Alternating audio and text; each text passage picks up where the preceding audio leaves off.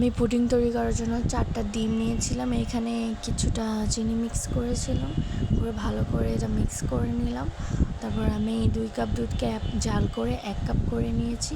ডিমের মিশ্রণটার সাথে ভালো করে মিক্স করে দিয়ে আমি কিছুটা ভ্যানিলা এসেন্স দিয়ে দিয়েছিলাম, তো ডিমের গন্ধটা না আসে। তারপর আমি চুলায় ছোট একটা বাটিতে, যেটাতে আমি পুডিংটা তৈরি করবো, সেটাতে ক্যারামেল তৈরি করে নিলাম। চুলার আঁচটা মিডিয়াম টু লো করে দিয়েছিলাম। তারপর ভালো করে নাড়াচাড়া দিয়ে ক্যারামেলটা তৈরি করলাম। ক্যারামেলটা কালার হওয়ার পর ঠান্ডা করে আমি ঠান্ডার ইয়েটা স্কিপ করে দিয়েছিলাম। তো ঠান্ডা করে আমি একটু পানি বসিয়ে প্যানে পুডিংটা বসিয়ে দিলাম। আমার কাছে ঢাকনা ছিল না, তাই আমি এটা দিয়ে ঢেকে দিয়েছিলাম। তো হয়েছিল, আমার পুডিংটা ভালোই হয়েছে আলহামদুলিল্লাহ।